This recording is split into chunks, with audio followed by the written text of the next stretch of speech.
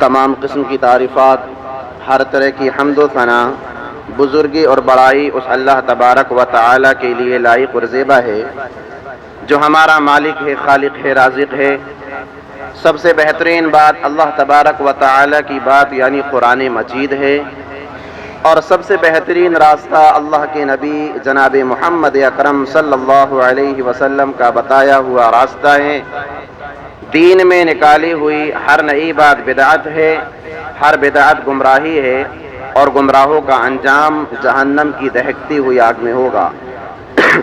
اس کے بعد بے شمار درود و سلام ہوں اس ہستی اقدس و مقدس پر جن کا نام نامی اسم گرامی محمد اکرم صلی اللہ علیہ وسلم ہے۔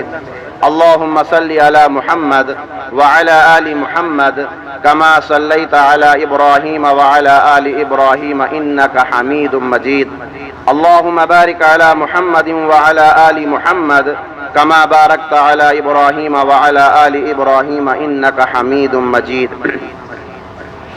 محترم حضرات، نوجوان ساتھیوں، عزیز بچوں اور میری آواز کو سننے والی پردہ نشین ماؤں اور بہنوں، ابھی خطبہ مسنونہ کے بعد قرآن مجید کی ایک آیت کریمہ آپ حضرات کے روبرو تلاوت کی گئی جو سورہ نور کے اندر موجود ہے۔ اس آیت کریمہ کی روشنی میں آج کے خطبہ جمعہ میں اور انشاءاللہ آنے والے 2-4 خطبوں میں شادی بیاہ سے متعلق چند اہم اور ضروری باتیں آپ حضرات کے سامنے رکھنے کی کوشش کروں گا۔ دیکھیے، بہت سارے مسائل ہیں، بہت ساری تعلیمات ہیں، بہت سارے احکامات ہیں اور بہت سارے اصلاحات ہیں جن کا تعلق شادی اور بیاہ سے ہے، نکاح سے ہے۔ ان کا جاننا، ان کو سمجھنا اور اس پر عمل کرنا ہم سب کے لیے نہایت ضروری ہے۔ قبل اس کے کہ میں اپنے اصل موضوع کی طرف آؤں، ایک آیت کریمہ آپ حضرات کے سامنے پڑھ دینا مناسب سمجھتا ہوں کہ جس میں اللہ تبارک و تعالی نے جہنمیوں کی علامات ذکر کی ہیں، جہنمیوں کی نشانیاں کیا ہیں۔ قرآن مجید میں اللہ تبارک و تعالی نے فرمایا وَلَقَدْ ذَرَأْنَا لِجَهَنَّمَ كَثِيرًا مِنَ الْجِنِّ وَالْإِنسِ لَهُمْ قُلُوبٌ لَا يَفْقَهُونَ بِهَا وَلَهُمْ أَعْيُنٌ لَا يُبْصِرُونَ بِهَا وَلَهُمْ آذَانٌ لَا يَسْمَعُونَ بِهَا أُولَئِكَ كَالْأَنْعَامِ بَلْ هُمْ أَضَلُّ أُولَئِكَ هُمُ الْغَافِلُونَ۔ قرآن مجید کی اس آیت کریمہ میں اللہ تبارک و تعالی یہ بیان فرما رہا ہے کہ ہم نے جہنم کے لیے بہت سارے لوگوں کو اور بہت سارے جنات کو تیار کر رکھا ہے، اور ان کی علامات کیا ہیں، ان کی نشانیاں کیا ہیں، ان انسانوں کی، ان جنات کی جو جہنم کی آگ کا حصہ بنیں گے۔ اللہ تبارک و تعالی نے فرمایا لَهُمْ قُلُوبٌ لَا يَفْقَهُونَ بِهَا، ان کے پاس دل ہیں لیکن وہ سمجھتے نہیں۔ وَلَهُمْ أَعْيُنٌ لَا يُبْصِرُونَ بِهَا، ان کے پاس آنکھیں ہیں لیکن وہ دیکھتے نہیں۔ وَلَهُمْ آذَانٌ لَا يَسْمَعُونَ بِهَا، ان کے پاس کان ہیں لیکن وہ سنتے نہیں۔ أُولَئِكَ كَالْأَنْعَامِ، یہی لوگ جانوروں کی طرح ہیں، چوپائے کی طرح ہیں۔ بل ہم ازل، بلکہ چوپائے تو بہت دور کی بات، ان سے بھی گئے گزرے ہیں، ان سے بھی بدتر ہیں۔ اولئک هم الغافلون، یہی لوگ غفلت میں زندگی گزارنے والے ہیں۔ اور اسی طرح سے میرے اسلامی بھائیوں، قرآن مجید کا جب ہم اور آپ مطالعہ کریں گے، پیارے نبی جناب محمد اکرم صلی اللہ علیہ وسلم کی بتائی ہوئی تعلیمات کا مطالعہ کریں گے تو یہود و نصارہ کے اندر جو صفات تھیں، ان صفات میں سے ایک صفت یہ تھی کہ وہ جو ان کے دل میں جو بات بھاتی تھی، جو ان کو باتیں اچھی لگتی تھیں، وہ اس کو تو لے لیا کرتے تھے، لیکن جو باتیں ان کے دل میں گرا گزرتی تھیں، ان کی مرضی کے مطابق ہوا کرتی تھیں، ان کو وہ چھوڑ دیا کرتے تھے۔ میرے اسلامی بھائیوں، ہم اور آپ پیارے نبی جناب محمد اکرم صلی اللہ علیہ وسلم کے امتی ہیں۔ آپ صلی اللہ علیہ وسلم کو ہم نے اللہ کا آخری رسول تسلیم کیا ہے۔ قرآن مجید کی اس آیت کریمہ میں ہم اپنی جان دینے کے لیے تیار ہیں ہیں کہ جو اللہ اور اس کا رسول کہہ دے تم اس کو مان لو اور جس سے روک دے تم اس سے رک جاؤ۔ تو میرے اسلامی بھائیوں، خطبہ جمعہ کے اصل موضوع کی طرف آنے سے پہلے میں اللہ رب العالمین سے دعا کرتا ہوں کہ پروردگارا جو بھی بات یہاں کہی جائے اس پر ہم سب کو جو ہے عمل کرنے کی توفیق عطا فرما، گرچہ وہ ہمیں اچھی لگے یا بری لگے۔ آج کے خطبہ جمعہ میں انشاءاللہ نکاح ضروری کیوں ہے، نکاح کی آخر اہمیت کیا ہے، اس کا مقام اور مرتبہ کیا ہے، اس ٹاپک پر جو ہے انشاءاللہ گفتگو کروں گا۔ میرے اسلامی بھائیوں، خطبہ مسنونہ کے بعد قرآن مجید کی جو آیت کریمہ آپ حضرات کے سامنے پڑھی گئی، جو سورہ نور کی آیت کریمہ ہے، اس میں اللہ تبارک و تعالی اہل ایمان سے مخاطب ہو کر فرما رہا ہے وَأَنكِحُوا الْأَيَامَ مِنكُمْ وَالصَّالِحِينَ مِنْ عِبَادِكُمْ وَإِمَائِكُمْ إِنْ يَكُونُوا فُقَرَاءَ يُغْنِهِمُ اللَّهُ مِنْ فَضْلِهِ وَاللَّهُ وَاسِعٌ عَلِيمٌ۔ اللہ تبارک و تعالی اہل ایمان سے مخاطب ہو کر کہہ رہا ہے کہ لوگو، اے ایمان والو، تمہارے جو مرد ہیں، تمہاری جو عورتیں ہیں، تم ان کا نکاح کرا دو، ان کی شادیاں کرا دو، بغیر نکاح کے ان کے معاشرے میں رکھو نہیں۔ اور تمہارے جو غلام ہیں، تمہاری جو لونڈیاں ہیں، تمہارے جو خادم ہیں، نوکر چاکر ہیں، نیکوکار ہیں، تم ان کا بھی نکاح کرا دو، ان کی بھی شادیاں کرا دو، اگر وہ غریب ہیں، اگر وہ محتاج ہیں، اگر وہ تنگ دست ہیں، اگر وہ فقیر ہیں، اگر وہ کنگال ہیں۔ اللہ تبارک و تعالی اپنے فضل و کرم سے ان کو بے نیاز کر دے گا، ان کی فقیری کو دور کر دے گا، ان کی محتاجگی کو دور کر دے گا، ان کی کنگالی کو ختم کر دے گا۔ واللہ واسع علیم، اور یاد رکھو اللہ رب العالمین وسعت والا اور جاننے والا ہے۔ میرے اسلامی بھائیوں، ترجمے سے آپ نے ابھی ملاحظہ کیا کہ قرآن مجید کی اس آیت کریمہ میں اللہ تبارک و تعالی نے 3 باتیں بیان فرمائی ہیں۔ سب سے پہلی بات تو یہ ہے کہ اللہ تبارک و تعالی نے اس آیت کریمہ کے اندر فرمایا کہ معاشرے کا کوئی بھی انسان جو نکاح کی عمر کو پہنچا ہوا ہو، اسے بغیر نکاح کے نہیں رہنا ہے۔ معاشرے کے اندر اسے نکاح کرنا ہے، بغیر نکاح کے نہیں رہنا ہے، چاہے وہ مرد ہو چاہے وہ عورت ہو۔ ایسا اللہ تبارک و تعالی نے کیوں کہا؟ اس لیے کہ میرے اسلامی بھائیوں، معاشرے میں اخلاقی برائیاں تب پھیلتی ہیں، معاشرے میں زنا تب عام ہوتا ہے، معاشرے میں بے حیائی تب عام ہوتی ہے جب معاشرے میں رہنے والے وہ مرد، معاشرے میں رہنے والی وہ عورتیں جو نکاح کی عمر کو پہنچ چکے ہیں، بلوغت کی دہلیز کو پار کر چکے ہیں، لیکن اس کے باوجود وہ اپنی جنسی خواہشات کو جائز طریقے سے پورا نہیں کر پا رہے ہیں، تب ایسے لوگوں کے قدم بہک جاتے ہیں، ایسے لوگوں کے قدم لڑکھڑا جاتے ہیں، اور پھر وہ جو ہے برائیوں کی طرف چلے جاتے ہیں، زناکاری کی طرف چلے جاتے ہیں، جو معاشرے کے لیے بڑی ہی خطرناک اور ڈینجر چیز ہے۔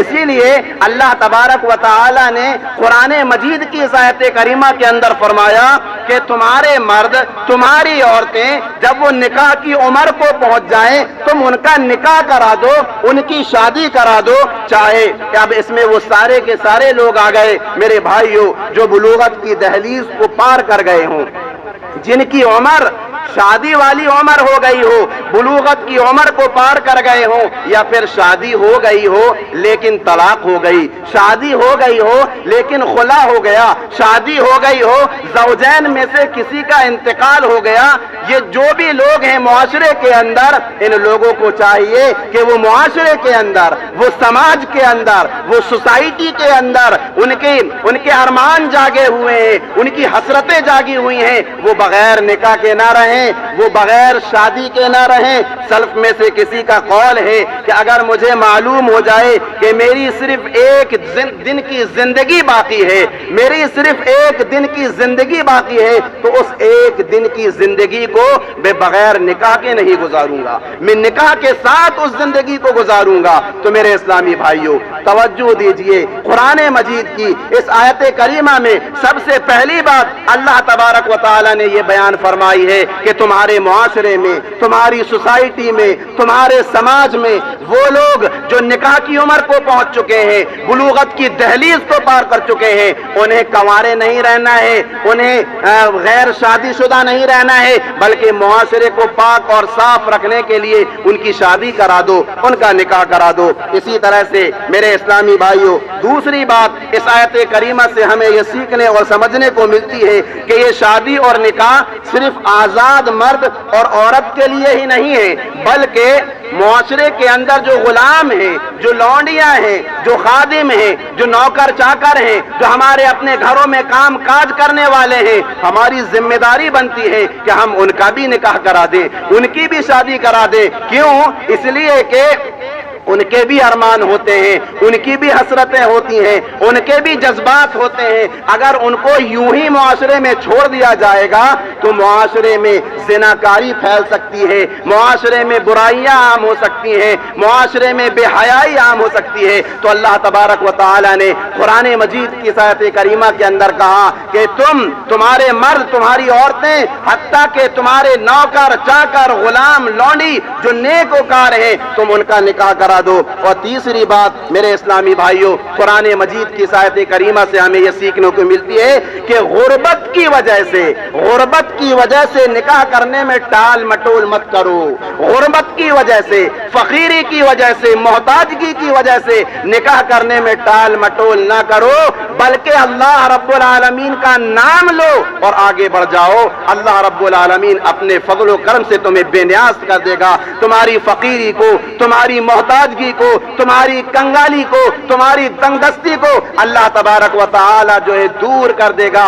کیا مطلب ہے اس کا میرے اسلامی بھائیوں؟ اس کا مطلب یہ ہے کہ رزق میں برکت کے جو اسباب ہیں، ان اسباب میں ایک بڑا سبب جو ہے وہ نکاح کو رکھا گیا ہے۔ میرے اسلامی بھائیوں، نکاح کریں گے اللہ تبارک و تعالی ہماری غریبی کو دور کر دے گا، ہماری محتاجگی کو دور کر دے گا، ہماری کنگالی کو دور کر دے گا۔ اسی لیے حضرت عبداللہ ابن مسعود رضی اللہ عنہ یہ کہا کرتے تھے، التبسوا الغنا فی النکاح، التبسوا الغنا فی النکاح۔ لوگوں، نکاح کے اندر تم مالداری تلاش کیا کرو، نکاح کے اندر تم مالداری تلاش کیا کرو۔ مالدار بننا چاہتے ہو، اپنی کنگالی کو دور کرنا چاہتے ہو، تم نکاح کرو، تم شادی کرو، کنوارے نہ رہو، یوں ہی زندگی گزر بسر نہ کرو، بلکہ نکاح کر کے تم مالدار بننے کی کوشش کرو۔ تو میرے اسلامی بھائیوں، یہ تین باتیں ہیں جو اس آیت کریمہ سے ہمیں اور آپ کو سیکھنے کو ملتی ہیں۔ نکاح، یاد رکھیے، نکاح شریعت کا حکم بھی ہے، پیارے نبی جناب محمد اکرم صلی اللہ علیہ وسلم کی سنت بھی ہے، اور وہیں فطرت انسانی کا تقاضا بھی ہے۔ فطرت، عمر کے ایک مرحلے کو پہنچنے کے بعد ہر انسان اپنے اندر، چاہے وہ مرد ہو چاہے وہ عورت ہو، نکاح کی ایک طلب محسوس کرتا ہے، نکاح کی ایک خواہش محسوس کرتا ہے، نکاح کی ایک طلب محسوس کرتا ہے، اور اگر اس کی اس طلب کو پورا نہ کیا جائے جائز طریقے سے تو پھر اس کی زندگی بے چین اور بے قرار ہو جاتی ہے، اضطراب والی زندگی اس کی ہو جاتی ہے، سکون اس کی زندگی سے ختم ہو جاتا ہے۔ اسی لیے تو قرآن مجید میں اللہ تبارک و تعالی نے، اللہ رب العالمین نے رشتہ زوجیت یعنی کہ میاں بیوی کے تعلق سے اللہ رب العالمین نے کہا کہ لوگوں، تمہاری جو زوجہ ہے، تمہاری جو اہلیہ ہے، تمہاری جو بیوی ہے، اس میں تمہارے لیے سکون ہے، اس میں تمہارے لیے آرام ہے، اس میں تمہارے لیے اطمینان ہے، اس میں تمہارے لیے جو ہے قرار رکھ دیا گیا ہے۔ اللہ تبارک و تعالی قرآن مجید کے اندر ارشاد فرما رہا ہے، وَمِنْ آيَاتِهِ أَنْ خَلَقَ لَكُم مِّنْ أَنفُسِكُمْ أَزْوَاجًا لِتَسْكُنُوا إِلَيْهَا وَجَعَلَ بَيْنَكُم مَّوَدَّةً وَرَحْمَةً إِنَّ فِي ذَلِكَ لَآيَاتٍ لِقَوْمٍ يَتَفَكَّرُونَ۔ کہ اللہ کی قدرت کی نشانیوں میں ایک نشانی یہ بھی ہے کہ اللہ تبارک و تعالی نے تمہیں میں سے تمہارا جوڑا بنا دیا۔ اللہ رب العالمین چاہتا تو انسانوں کا جوڑا جنات سے بھی بنا دیتا، لیکن سکون نہیں ملتا۔ اللہ رب العالمین چاہتا تو انسانوں کا جوڑا جانوروں میں بنا دیتا، لیکن سکون نہیں ملتا۔ اللہ رب العالمین کا یہ فضل و کرم ہے کہ اللہ تبارک و تعالی نے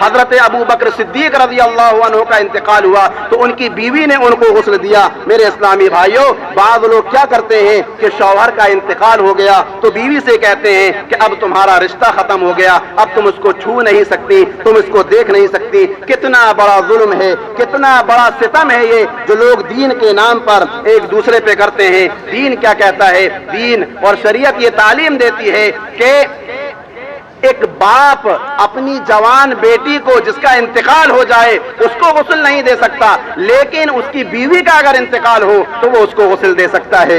ایک ماں اپنے جوان بیٹے کو غسل نہیں دے سکتی، لیکن اس کے شوہر کا انتقال ہو جائے تو وہ اپنے شوہر کو غسل دے سکتی ہے. تو شریعت نے یہاں تک ہمیں اور آپ کو اجازت دی ہے. تو میرے اسلامی بھائیوں، پتہ یہ چلا کہ اس روئے زمین میں سب سے پہلا جو رشتہ وجود میں آیا وہ میاں اور بیوی کا رشتہ تھا، اور جنت الفردوس میں بھی یہ رشتہ باقی رہنے والا ہے. جو لوگ دنیاوی زندگی میں مومن اور مومنہ کی حیثیت سے میاں بیوی بن کر کے رہے، اللہ رب العالمین جنت میں بھی ان کو میاں اور بیوی کی شکل میں رکھے گا. اسی طرح سے میرے اسلامی بھائیوں، اس کی اہمیت اور اس کے مقام اور مرتبے کو سمجھنا ہے تو اس بات کو یاد رکھیے کہ اس دنیا میں اللہ تبارک و تعالی نے جتنے بھی پیغمبر اور رسول بھیجے، جتنے بھی پیغمبر اور رسول آئے، سب کے سب بیویاں تھیں، ان کی سب کی اولاد تھی، الا یہ کہ ایک دو کو چھوڑ دیا جائے. حضرت یحییٰ علیہ السلام کے بارے میں بعض مفسرین کہتے ہیں کہ انہوں نے نکاح نہیں کیا تھا، ورنہ جتنے بھی پیغمبر آئے،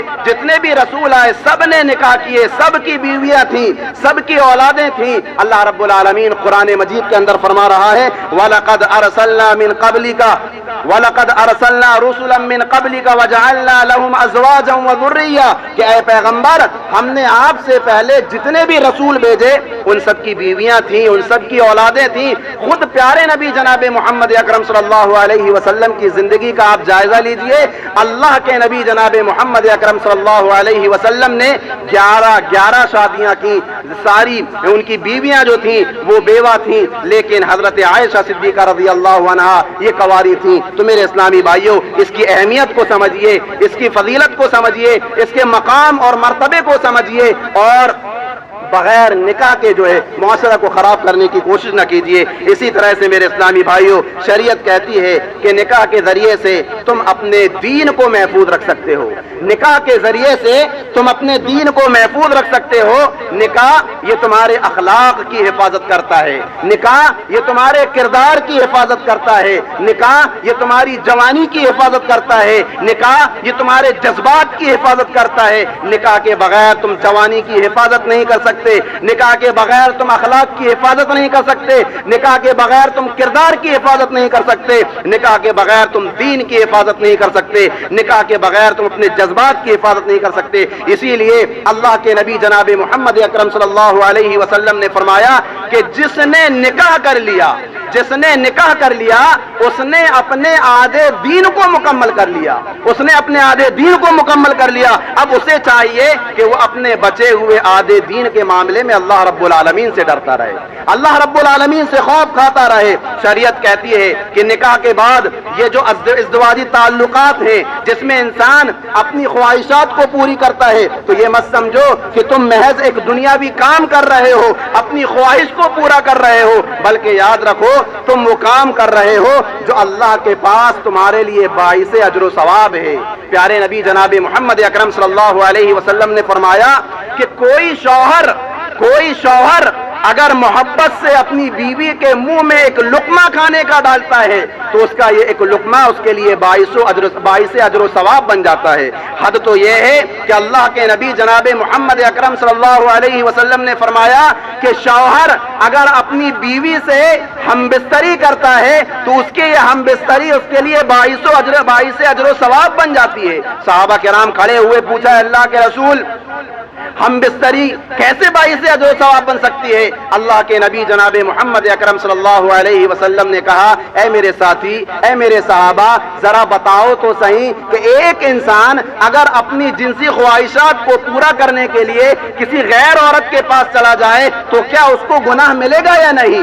صحابہ نے کہا ہے اللہ کے رسول وہ گنہگار ہے، اس کو گناہ ملے گا۔ اللہ کے نبی جناب محمد اکرم صلی اللہ علیہ وسلم نے فرمایا کہ جب اس کو گناہ مل سکتا ہے تو جائز طریقے سے اگر وہ اپنی بیوی سے اپنی خواہشات کو پورا کر رہا ہے تو وہ باعث اجر و ثواب کیوں نہیں ہو سکتا؟ تو میرے اسلامی بھائیوں، یہ فضیلت ہے نکاح کی، تو ہمیں اور آپ کو جو ہے اس فضیلت کو حاصل کرنے کی کوشش کرنی چاہیے، اس اجر و ثواب کو حاصل کرنے کی کوشش کرنی چاہیے۔ اسی طرح سے میرے اسلامی بھائیوں، شادی کے بعد جو محنت ہوتی ہے، پہلے بیوی تھی، اب اولاد ہو گئی، ذمہ داریاں بڑھ گئیں، اخراجات بڑھ گئے، انسان کو محنت کرنی پڑتی ہے، پسینہ بہانا پڑتا ہے، صبح کو نکلتا ہے، شام کو واپس آتا ہے، ہر روز جانا، ہر روز واپس آنا، لمبے لمبے تجارتی اسفار کرنا۔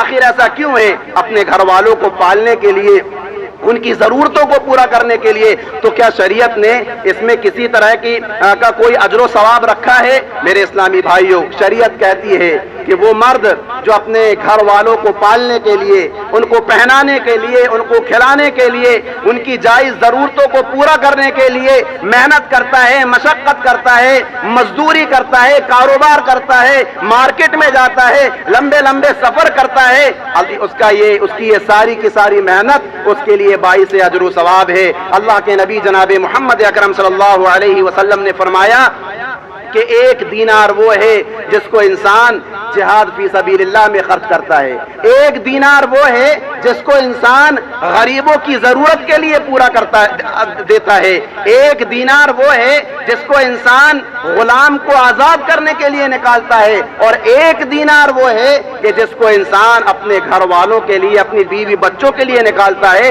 اللہ کی قسم، ان 4 دیناروں میں اللہ رب العالمین کو سب سے زیادہ محبوب، سب سے زیادہ پسندیدہ وہ دینار ہے کہ جس کو انسان اپنے گھر والوں کے لیے نکالتا ہے، اپنے بیوی بچوں کے لیے نکالتا ہے۔ اللہ اکبر! میرے اسلامی بھائیوں، جہاد فی سبیل اللہ میں نکالے ہوئے دینار سے بھی زیادہ، غریبوں کی غربت کو دور کرنے کے لیے نکالے ہوئے دینار سے بھی زیادہ، اور غلام کو آزاد کرنے کے لیے نکالے ہوئے دینار سے بھی زیادہ اللہ رب العالمین کے نزدیک وہ دینار محبوب ہے، پسندیدہ ہے کہ جس کو ایک شوہر اپنی بیوی پر خرچ کرتا ہے، جس کو ایک باپ اپنی اولاد پر خرچ کرتا ہے۔ تو میرے اسلامی بھائیوں، یہ فضیلت ہمیں کب ملے گی؟ یہ مقام اور مرتبہ ہمیں کب ملے گا؟ جب ہم نکاح کر کے کسی لڑکی کے شوہر بن جائیں گے، کسی بچے کے باپ بن جائیں گے۔ اسی لیے کنوارے نہ رہیے، بلوغت کی دہلیز اگر پار کر چکے، ارمان جاگ رہے ہیں،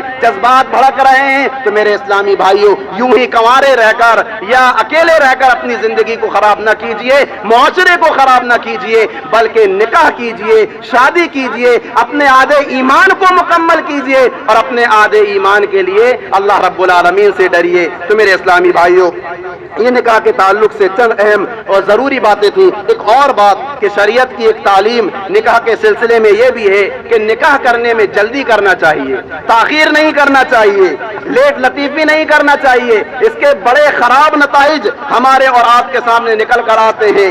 آج ہم نے اپنے طور پر بہت سارے تصورات، بہت ساری غلط روایتوں کو معاشرے میں رواج دے دیا ہے، جس کا نقصان آج ہمیں خود بھگتنا پڑ رہا ہے۔ میرے اسلامی بھائیوں، جو بہت سارے تصورات ہیں، ان تصورات میں ایک تصور یہ بھی ہے کہ جس بھائی کی بہنیں ہیں اس بھائی کو شادی نہیں کرنا چاہیے۔ کب تک؟ جب تک کہ آخری بہن کی شادی نہ ہو جائے، آخری بہن کا نکاح نہ ہو جائے۔ ایسی سوچ بنی ہوئی ہے ہمارے معاشرے میں، بہنوں کی نکاح کراتے کراتے، شادی کراتے کراتے لڑکے کی عمر 35 سال ہو گئی، 40 سال ہو گئی، 45 سال ہو گئی، اس کے نکاح کی فکر نہیں کرتے۔ اسی طرح سے لڑکیاں ہیں، کوئی ڈاکٹری کی تعلیم حاصل کر رہی ہے، کوئی انجینئر کی تعلیم حاصل کر رہی ہے، کوئی وکیل کی تعلیم حاصل کر رہی ہے۔ یاد رکھیے، اسلام ایجوکیشن کو حاصل کرنے سے روکتا نہیں ہے، تعلیم کو حاصل کرنے سے روکتا نہیں ہے، لیکن علم حاصل کرنے کے لیے، ڈگریاں حاصل کرنے کے لیے